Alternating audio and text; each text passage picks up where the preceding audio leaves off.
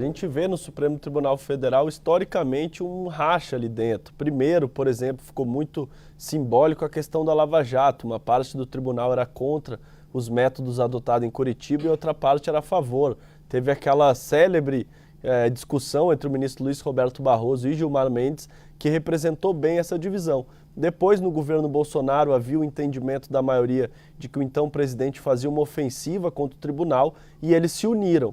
Mas depois dessa união, voltou uma divisão muito clara em relação ao caso do Banco Master, que havia menção a ministros do Supremo. Uma parte entendia que o presidente Edson Fachin deveria fazer uma defesa mais enfática do colega. Edson Fachin, por sua vez, preferiu defender o Código de Ética. Isso gerou uma cisão interna no Supremo Tribunal Federal e agora a gente vê dois ministros, um de cada lado dessa divisão interna atual do Supremo, com os mesmos casos, ou ao menos com investigações muito parecidas e as duas com grande impacto, potencial de impacto eleitoral. Estamos falando do ministro Flávio Dino e de André Mendonça. O ministro Flávio Dino, que é relator de uma ação sobre as emendas parlamentares, iniciou a investigação sobre a destinação de verba para a produtora que fez o filme Dark Horse, que agora o Eli Jonas nos trazia. E o ministro André Mendonça, por sua vez, como relator do caso do Banco Master, também havia aquele áudio em que Flávio Bolsonaro cobra dinheiro de Daniel Vorcaro,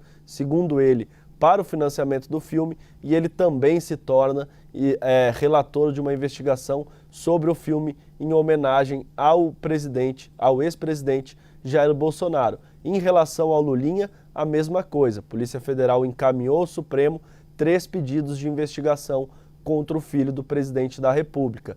2 deles caíram com André Mendonça e 1 com o ministro Flávio Dino. São investigações que têm, em alguns casos, o objeto um pouco diferente, mas os investigados são os mesmos, os fatos gerais, digamos assim, também são similares e pode, em algum momento, a gente ver decisões conflitantes dos 2 ministros sobre os 2 casos com maior potencial de impacto nas eleições. E os 2 ministros, como eu disse, cada um de uma ala atual do Supremo Tribunal Federal. Portanto, a gente vê agora, nos 2 casos em que há mais holofote, 2 ministros de campos opostos dentro do Supremo e não só isso. Eles também pertencem a turmas diferentes. Atualmente, no Supremo Tribunal Federal, os casos criminais são julgados pelas turmas, não mais pelo plenário. E está lá Flávio Dino na primeira turma do Supremo e André Mendonça na segunda turma do Supremo Tribunal Federal. Os 2 ministros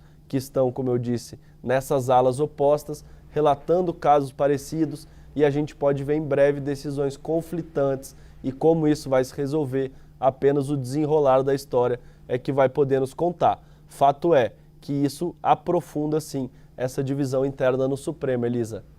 Completamente. Aprofunda a divisão no Supremo, aprofunda a divisão... Os escândalos aprofundam a divisão na sociedade e os eleitores e eleitoras que têm de se virar quanto a isso. E aí eu destaco aqui para vocês, parte do que nós estamos falando aqui sobre Dark Horse, tem muita matéria em nosso site. Aquilo que diz respeito, Flávio sobre Dark Horse, quem tem de prestar conta não sou eu. Depois da revelação de seus diálogos com Daniel Vorcaro, o candidato disse estar 100% disposto a apresentar contrato do filme. Nesta segunda, ele afirmou que a relação sobre a obra é privada. Aí tem toda uma matéria aqui, tá? Assinada pelo Guilherme Rajão, que é o que nós vamos dar daqui a pouquinho, inclusive, tá?